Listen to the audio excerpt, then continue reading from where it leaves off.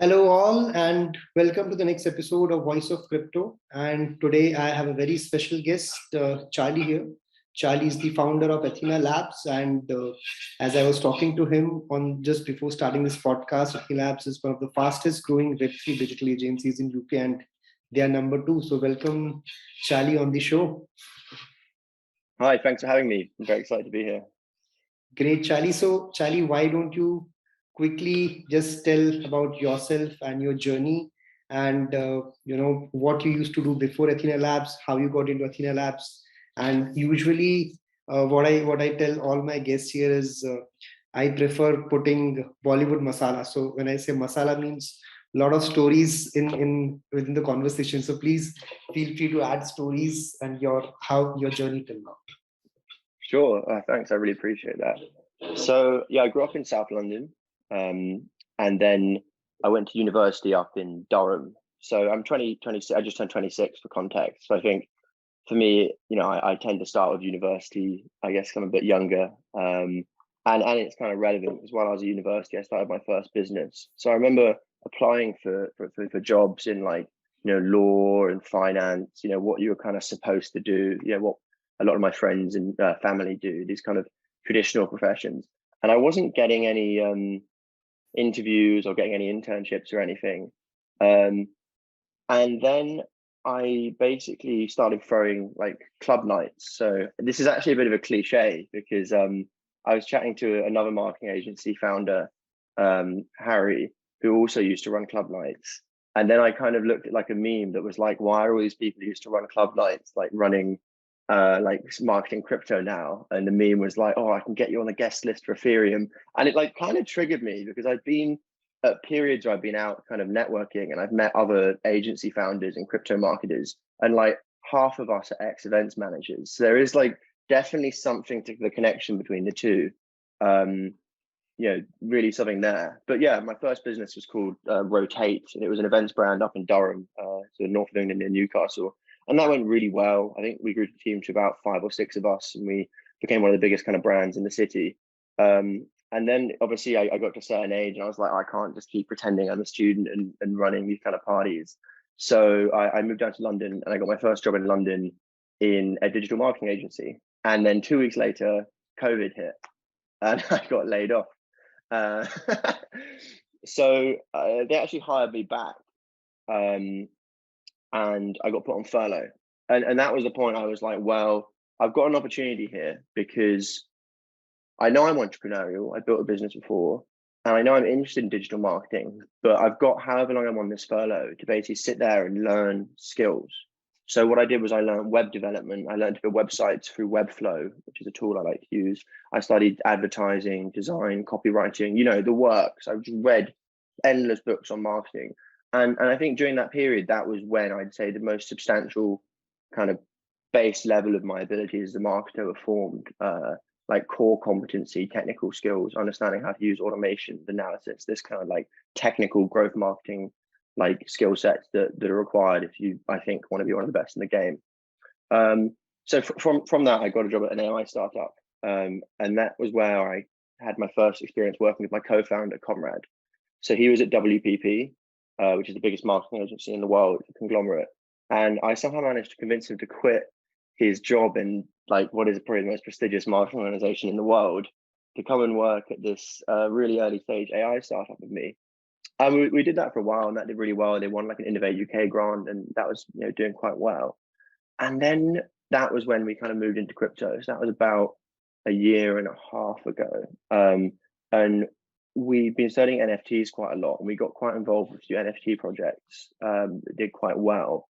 And that was, my first experience kind of doing some mints and marketing some NFT projects, just supporting those projects with their marketing. And that was, my first crypto project. I think now, like, sort of peripherally to that, I have had a kind of political career, political marketing, political PR career. So I forgot I had a sort of few intermediary jobs in tech between the two, but I don't want to spend ages talking about it. I ran growth for a big cybersecurity firm for about 6 months, which was also quite good. I wanted to get a bit of experience in a large organization, so I ran growth for 6 months for a cybersecurity firm after the AI startup. but prior to working with my co-founder, and that was my first experience working on sort of higher ticket deals, like 200, 300, 400 grand cybersecurity software packages for like banks. Okay, no, that was proper marketing. Where am I? I think he's been kind of meandering. It was about that time actually I got into listening to a guy called Chris Walker, who I might touch on later, who's probably my favorite marketer to listen to. I actually basically have been going on his podcast during this period where I was on furlough. I've been going to his podcast over and over again. And then while I was in this AI startup, I was still on this podcast. And after I'd left the AI startup, a CMO of this cybersecurity firm, which is a big company, had been listening to me and heard me on the podcast. And she reached out on LinkedIn one day and was like, I want you to come and work for me. Because they were working with the agency that had made the podcast. And I've been on the podcast. And I think they were just like, this guy's great, let's bring him on. And that was all about demand gen marketing, which is something I can get into a bit later. Anyway, okay. Peripherally to sort of all of this sort of tech and that kind of stuff, prior to getting into crypto, I'd done political marketing as well. So me and my co-founder had done a lot of work on the Scottish election, and then done a lot of like political PR. So I can't really go into it too much, but it's when like organizations are trying to kind of influence public opinion and engage politicians. Now, a lot of the abilities in that were basically, can you copyright? Can you understand the narratives? Can you form narratives? But also, can you implement technically? Can you build websites very quickly, implement quite complicated operational systems that process a lot of data and carry out a lot of automation? So there was this kind of opportunity I saw, which was that a well-motivated technical marketer in a political space could make a lot of progress in their career very quickly, because political marketing had been dominated by very traditional newspaper-based PR type people for basically decades. And when they had kind of got people in to build websites or do digital campaigns, there was this kind of belief that it would cost hundreds of thousands of pounds and take months and months and months to do anything. And they got sort of two 25-year-olds sitting there who could come in cold and rebuild a website and deploy a campaign in like a week, less sometimes. And I think that really surprised people, and that, let's say, delivered a lot of opportunity for us, because it made us a very, very appealing agency to work with for these kind of political clients. And I think what is true of that kind of work is also very, very true of crypto. Sorry, yeah, I've gone on a bit of a meander there, but I think that the core kind of takeaways are ran events business, went into tech, has been doing political work kind of consistently, and then moved into crypto about a year and a half ago. Yeah. Right. So from bank security to completely crypto, how the journey has been. I mean, obviously they too are, banks are considered as completely anti-crypto. So what shift do you see between both the industries culturally, because you have worked in both the industries? Yeah, well, I was in cybersecurity, so they sold cybersecurity software to a lot of different organizations, some of which were banks. Understood. Okay. But it wasn't the same as working banking. Yeah, it was definitely an environment, even the cybersecurity firm, as crypto was seen as this fraudulent thing. And we did a lot of sort of like content creation and thought leadership based around the actual issues of crypto being like an exacerbating force that was antagonistic towards cybersecurity. So I can kind of run through that briefly. The issue you've got is, traditionally you would have hackers who go and try and carry out hacks, and they try and get paid, but it was all very traceable. And obviously with cryptocurrency, there was an ability for people to take or get paid through ransomware attacks, large amounts of money in cryptocurrency, and sort of keep it there and move it around and try and launder it essentially. But that's not actually the main issue that crypto created kind of systemically for the security industry. The issue is that with dark web interactions, you could create smart contracts, so people could actually trade and interact and create dark marketplaces. Now, the issue with that is basically what will happen is people will go and create hacking software and sell it on dark web markets to hackers. So a lot of the time, I believe, when you hear about hackers carrying out hacks, as often as not, they're using software they bought to then go and do ransomware attacks and get paid more money in crypto, which they then put back in to buy more software. So what's happened is you've got this like cybersecurity kind of white hat industry, which are pouring billions and billions and billions, I mean, trillions, soon into, right? to build better defensive systems. But on the other side, you've got ransomware profits coming out and funneling into a dark market to create better attack software. So crypto, I think, allowed the cybersecurity hacking communities to organize and to basically become marketplaces with specializations of labor, where people create and sell illegal hacking software on the dark market. And that's like a completely different paradigm shift in the arms race. So basically, the cybersecurity people didn't really like crypto. But you know, what I've just said there is not a reflection of my own point of view. So, you know, I think technology can be used in many different ways. Like the internet can be used for some terrible things, right? You wouldn't say that the internet's fundamentally good or bad. Like it's a medium of communication and a medium of exchange, can be used to communicate many different things and exchange many different things. And I don't think it makes sense to blame the medium for what people decide to do with it. Mm-hmm. Understood. That's really interesting. I think that you spoke about, Charlie, that it's just a technology, how you use it. So coming to technology, everybody talks about Web 3.0, Web 3.1, and there are multiple definitions around Web 3.0.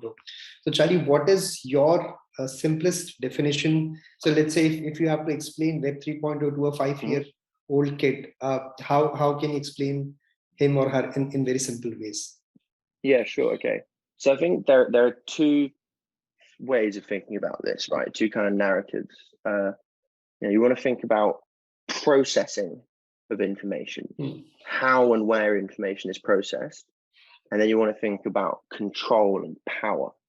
Now, these two things interact, but control and power and ownership and the actual technicalities of processing are the two kind of strands of thought here. So I mean, the first way to think about this is then obviously with Web 1. So Web 1 were like CDNs, like content delivery networks. Basically, it meant someone could just take a server and put a bunch of information on it, and someone could access that and look at it. So what would happen is like people would have their own servers. There was a time where people would have literal servers in their bedroom, which was hosting their website, right? And someone could visit that, but the information they'd be seeing with the information that's being provided and created by the person who owns the server.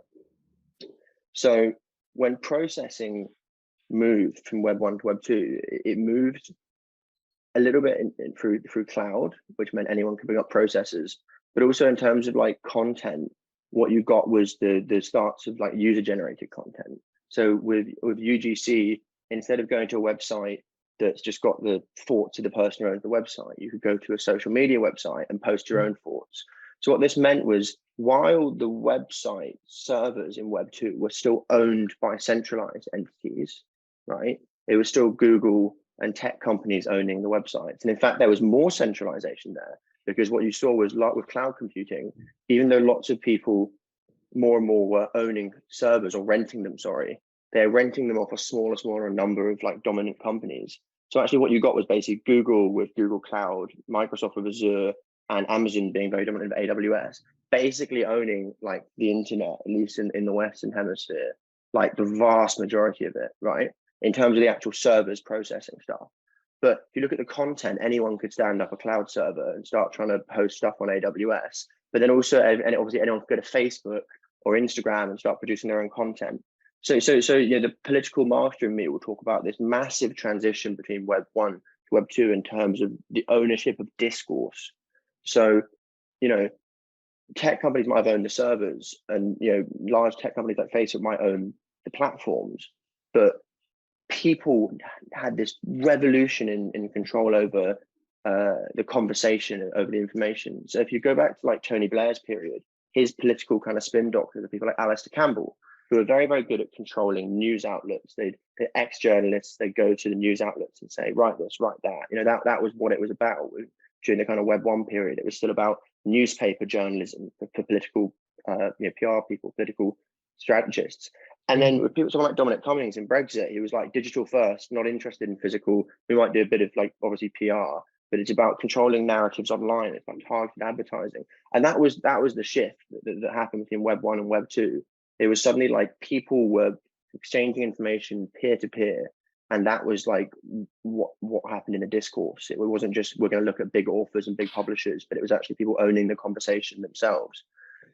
But Web 2 still had centralized tech companies controlling the servers. So while ownership of discourses had become decentralized, there was actually an increased centralization of processing towards big tech companies. Now we get to Web 3, right? Mm-hmm. Now, what happened with Web 3, the primary difference, if you want to sum it up very, very simply, is instead of running all the processing on centralized cloud servers, they're in one place, which are just a literal box, a room, a warehouse full of boxes that run all the computer programs, essentially. What you get is a computer program on the Ethereum network that can execute over multiple devices. So what that means is no one person controls it. It's completely decentralized and spread around. The processing, it operates across many different devices with not one stakeholder being able to like own it and control it. So that's the technical revolution that is Web3. It's blockchain decentralization. It's like decentralized ledger technology, DLT. Now, what did that mean? Well, it allowed people to create digital currencies, because you couldn't have a digital currency on a centralized server because someone could just go and add an extra couple of zeros behind their own number, and suddenly you've got money coming out of nowhere. And this was an issue with governments doing this, literally printing money with quantitative easing. And I always think the two things are related, because everyone was like, well, if governments are quantitative easing and affecting money supply, like, what is this? And actually with something like Bitcoin and Ethereum, you had limited amounts of money supplies. So you actually had a system where no one could add the extra zero. People could create new currencies and market them. But if you engaged in a currency, it wasn't possible for people to mint more tokens, given the blockchain contract was structured in that manner. And people can create contracts that allow them to do that. But there obviously, people looking at Ethereum and Bitcoin saw these finite limits on the number of tokens in the circulation.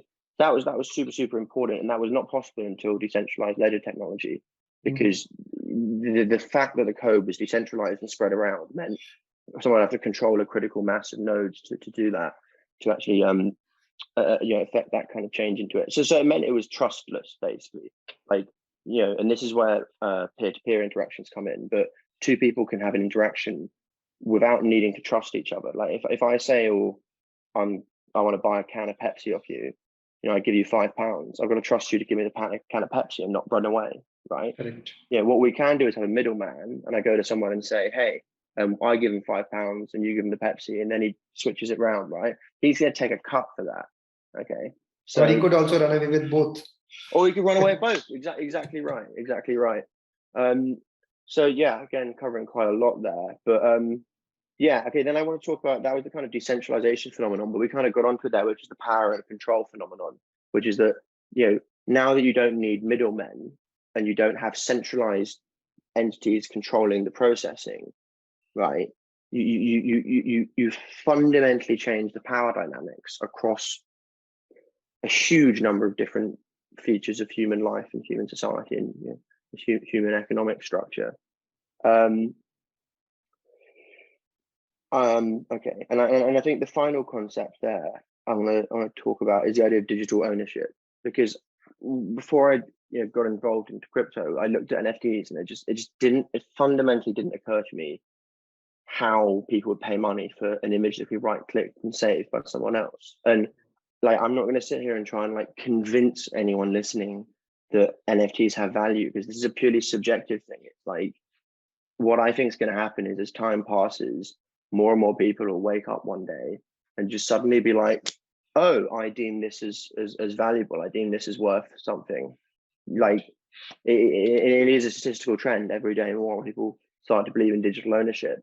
But that's huge, and that's the kind of bedrock of the metaverse there, which is in an abstract way valuing digital experiences and digital objects.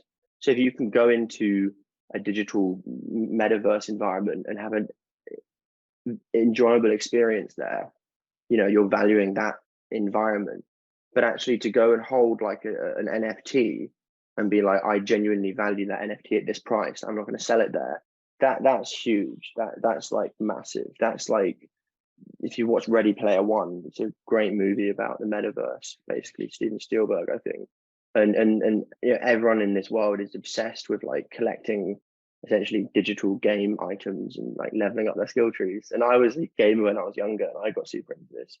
But what you're seeing is increasingly like people will like put real money behind digital collectibles, digital ownership, digital experiences. And that's part of a broader cultural revolution that's going on. And I think that's one of the things that's going to, really, really change society. I don't know if it's the better or for the worse. I can see a lot of dystopian parts of it, but the ability to make people value digital ownership is what's really important, and that's what NFTs are fundamentally about. I think the technology is cool and interesting, but it's not the technology behind NFTs that's like fundamentally revolutionary. It's the concept of value that's been realized in society through the kind of broader movement. And I think you need to like look at those two things slightly separately to understand where progress is being driven. Right. Amazing conversations happening with here, guys. And what we need to understand is as Charlie simply simplified the things for us, that how the transition from Web 1 to Web 2 to Web 3 is happening, and how a fundamentally cultural shift is happening across the geographies, which is not dependent on any geography or where or at what class you are. It is happening across the world. So Charlie, I mean, everybody talks about Web3. Everybody talks about the good part about Web3. Now, you work with a lot of development companies as well. You work with a lot of brands. So tell me, what are some of the technical difficulties or the challenges which Web3 companies face, both from a development as well as a marketing perspective? So I think from a development standpoint, I'd be reluctant to kind of speak too much as to that, as I'm not a technical expert. In terms of like, I mean, I can give you some examples. I had a friend of mine who, I won't name names or name the company, but they were developing like a payments infrastructure through some developers out in Ukraine. And the guys finished the contract and deployed it, and he sent about $400,000, $500,000 worth of Ethereum into the wallet to like put liquidity onto the contract so they could carry out token exchanges. And then they went to try and remove some, as it was like a liquidity providing function, and it was just stuck there. They went back to the devs and they were like, yeah, we've basically built a like wallet that you can't take anything out of, and all of the funds are stuck there. And he's now just got essentially £500,000 sitting in a wallet he can't access. Like, and he's got other devs to look at it. They've had a go. It's not like he's lost the keys. It's like it's just brick. It's just sitting there. It is literally like it's just gone. Wow. So I mean, that's definitely an issue that developers face. Which is that when you're not having issues like that, and it's not like the devs stole the funds. Like, they're still sitting in the wallet. And no one can access it. And there's a huge amount of cryptocurrency that's just lost like that. It's just sitting there, and that's a big issue because the infrastructure is really, really early. And data is going to get lost. Like, when people build transatlantic cables to allow people to have the first telephone calls between America and the UK, I'm sure there were some blackouts when the line cut out. Like, that's a great analogy. Right. Of course. So that's a real problem. And hacking is a huge issue as well. A lot of projects got hacked. Didn't Binance just get hacked as well? Yes, now? Right. I mean, this is huge. They were the biggest guys out there, and they've got hacked.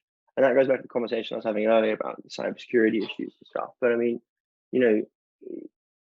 by accident or from external, malice, there are huge risks to operating in this space, just in terms of like avoiding technical compliance, losing money, getting robbed. Yeah. So that's the first thing I'd say. Is just like, the core of any good blockchain project is really competent engineers who don't screw up, basically. And those are hard to come by, and it's very easy to make mistakes. And you only need to make one mistake or have one vulnerability to get hit. So you can get it right every single time for 5 years, and then you deploy one instance of code with one vulnerability on it, and someone's going to exploit that. Okay. In terms of marketing, it's really interesting. So, I mean, the first thing to say, the big difference here is people can't run ads easily. There are ways around this and stuff, and like various different solutions you can explore. But like, I'm trying to run LinkedIn ads on LinkedIn for my marketing services, and it's got Web3 in it, and they're like, no, you can't do that. You're selling cryptocurrency. And I'm like, Right. I'm not. Like, I speak to people who run crypto accounting firms, and they're like, oh, you're marketing cryptocurrency. And they're like, but you're saying I'm non-compliant with financial regulations, but my service is to deliver compliance with financial regulations, and you're banning me from running ads. I mean, that is just beyond the pale of ludicrous, because they're saying to stop cryptocurrency being a problem and being a deregulated bad land, we're going to ban ads, and they're banning the people who are doing compliance services. It's like, so one thing to watch is whatever on earth happens with Musk's deal with Twitter. I mean, that is just, you've really got to get the popcorn out and enjoy watching that one. It's just amazing. But I wouldn't be surprised if he introduces hopefully some kind of revision on those rules, which is to say, like, if you're a service-based project, if you have like registered the business in a jurisdiction that allows your law to, like, allows you legally to provide your services, if you're targeting the ads into jurisdictions that allow it, and there's a lot of money for Twitter to be made. Like, Twitter is like, he's saying, oh, I think I can 3x the advertising revenue of Twitter. I'm thinking 3x, you could like 10x it by allowing crypto ads. I mean, it's just insane. So I definitely think that could be a big change going on. But that's, as I said, like, that's a big issue there, which is that what normally will happen is people will pay for ads to reach their audiences. I mean, any brand really, apart from Tesla somehow, will run ads. Most of them will. But if you can't in crypto, that creates a huge risk, because a huge issue, sorry, which is that whereas with ads, you can just turn the tap on and start reaching a small number of customers. I mean, you can put on, 10, 15 pounds a day onto some ads on Google search or Facebook, and just have, maybe 20, 30, 100 people coming to your website, a couple of them booking meetings a week, right? You can turn that tap on normally at a very low level and then kind of scale your business up. With crypto, you can't. You have to scale organically. And that's really difficult, because scaling and building organic audiences in any industry, let alone in something as kind of diverse and new and technically complex as crypto, is really difficult. It's genuinely really, really hard to do.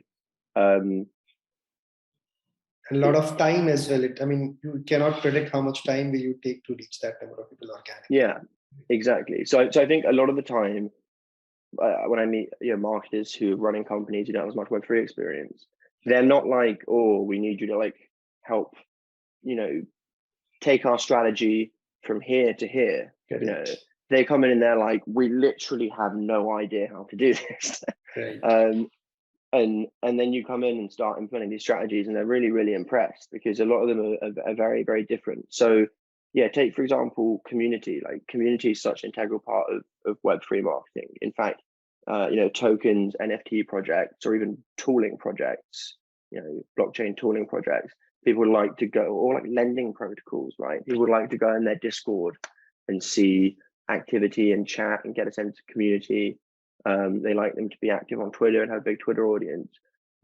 Even if these aren't acquisition channels, even if you could ad fund your way to reach, right? People still want to look in and see those things before they buy it, before they engage the product or service. It's now like part of the standard investor vetting process. So a lot of people we chat to and we work with, not a majority, but some of them for sure, are like, so early on, they're like still going through secondary and tertiary funding rounds to build product, but the VCs want to see community and brand engagement before they'll do a substantial seed. So they have to do a pre-seed, and then obviously build the product out, but actually get community engagement and traction on Twitter before they'll actually get a major kind of seed check of like $1 million or a couple of mil from the VCs. Which is pretty insane, because if you think about, like, in AI, for example, someone's building like a very, very complicated machine learning product. People don't go like, oh, build like a team of cheerleaders around your, natural language processing algorithm. Like, no one's sitting there asking data analysis or fintech products to have gaming Discord communities essentially of people going like, love this, love that, doing polls and everything. It's so different. So that's a huge problem. And I think finally one of the core issues on that is not only dealing with building communities, but actually knowing how to manage them.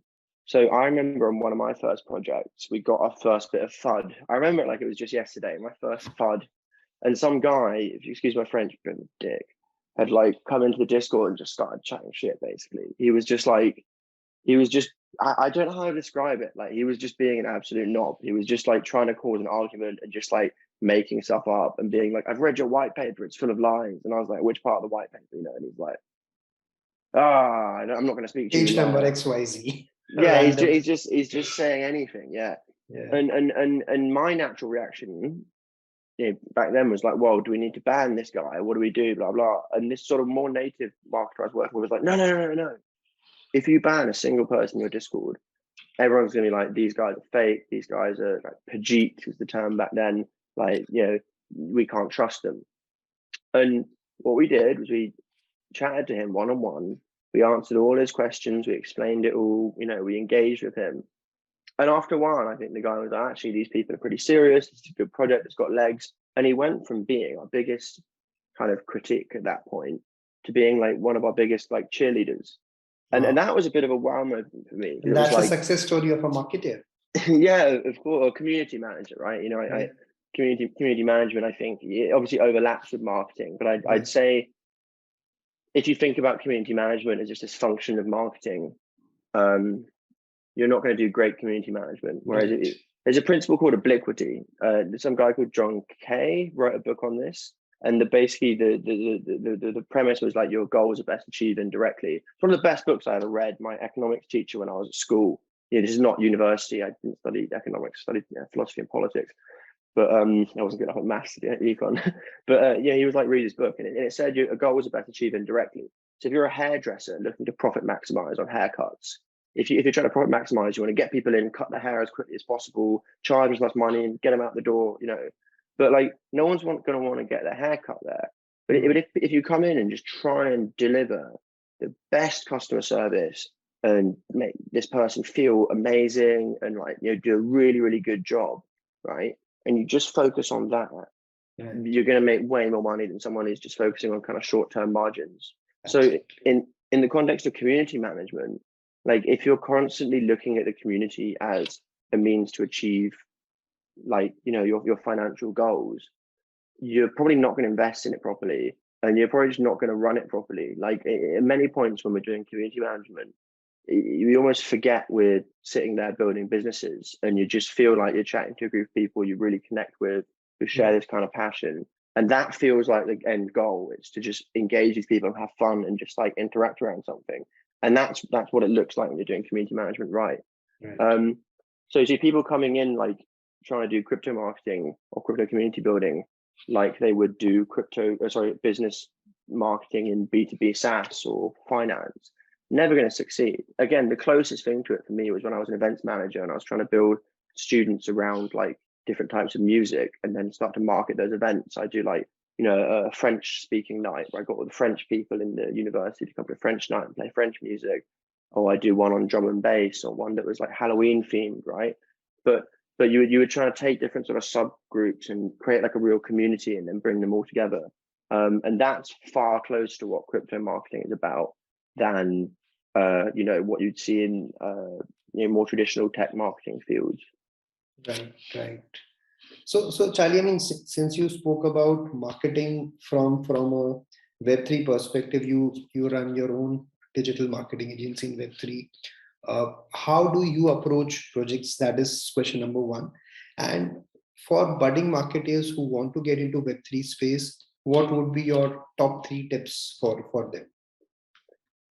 Top 3 tips. Okay, sure. So when you say how do I approach projects, do you mean like how do I like win clients, or how do I? So if somebody comes to you as a project, how do you strategize for their marketing? Because as you rightly said, I mean, it is easy to scale up in Web2 because you can just simply burn money and scale it up, but it is very difficult to do in Web3. So what is your approach towards them? Yeah, well, I tell you what, a month ago or 2 months ago, I'd start listing off a bunch of explanations as to how I'd approach it and how I develop a strategy. But the first thing I do now is basically get my team of marketers in front of it and start chatting it through with them, and then listen to my team very, very carefully. So I think, as a leader here, and this speaks to a broader point about Web3 marketing, like if I think I'm the best at everything in my business, I don't have the right people in my team. So, while I carry a lot of the strategy myself, my co-founder is the head of client services. And we have like specific guys in charge of community management, influencer strategy, account management, advertising, content writing, right? So, I will have the conversations with those relevant experts in our team, and I'll listen to them because they're all Web3 native. So they really know the audiences and how those kind of functions are carried out. So that's the kind of first thing I'll do, which I guess isn't helpful to someone who doesn't run a digital marketing agency. So I guess going a bit lower, like you want to start off by doing a positioning, and this is the same with any bit of marketing. You want to think positioning, sort of analysis. So you want to go, what's the company like? What's it trying to do? What's it about? What's its like USPs, unique selling points, right? We had a client that was doing a sort of NFT analytics platform, and I realized they were being very focused around kind of user experience, and other platforms are much harder to use. And then I was like, great, like, God, what was the phrasing I came up with? I can't say it actually because I haven't deployed it yet. Sorry, I realized. But we repositioned them in a way that was differentiating them from the competitors. And then once you have that kind of kernel, that kind of thread of what makes this brand different, you then want to try and run that down for everything you're doing, and distribute that and sort of communicate that to the audiences in a number of different ways. So early on, if a project's completely from scratch, you just start posting on Twitter. Let's run the assumption you're leading on Twitter. The vast majority of our projects are Twitter-led, just where Web3 marketing tends to occur. You want to start posting content out there, but you're not going to get much reach. So a good way to start is by kind of doing like a thread, being like, here's what we're doing, make a video explaining the positioning, and then put a bit of influencer budget behind it, and probably put a giveaway on it, just to start boosting some traction. And then you want to start running out some like expert threads. We have like a mega thread strategy. So I'll give you a really good example of this. We're doing a project of this big carbon blockchain project. And at that point, there were loads of blockchain carbon projects. Some of them have now kind of pivoted and moved away. For example, Adam Newman, the founder of WeWork, kind of came out and raised a ridiculous amount of money to compete with us. And we were like, ooh. But then he actually just completely screwed up again. So we were like, lol, beat Adam Newman. Being Adam Newman. We beat him in a sense. Like we got much more market penetration than he did. Wow. But yeah, but I think that it's not really a boast, because that guy just kind of leave him on his own and he'll like screw things up for himself, I think. But we're doing these mega threads. So we're going to write a thread looking at each project that's in the carbon blockchain space one by one, and there were like dozens of them, and that's a lot of researching. Like, people know when you're writing crap content. When you're writing good content, someone's gone and read all of the company's blogs, looked through their social media feed, looked at their founder and saw he was on a podcast a month ago and gone and listened to that podcast. Right, you actually researched it, and then you write a really, really good thread, hopefully some original insights in it. And that's just one standalone piece of content in a thread, which goes, let's look at this project, let's dive in. But then you do one after the other. And then at the end, people will start noticing that you're putting these threads out. At the end, you do like a mega thread, which is a thread that ties together all the threads underneath. And Twitter, seems to just absolutely love this kind of content. And one thing to remember is people really look at vanity metrics in Twitter. Like, you could write a really good thread and get like 100 likes. And they're like, oh, it's good, we got 100 likes. And it's like, yeah, but you might have had 7,000 people read that. Who, some people on Twitter just don't like anything. There are people who like stuff. So you post memey stuff and funny stuff, you'll get likes. Yeah. But the people who are serious investors who are doing analysis, some of them are like don't like anything ever.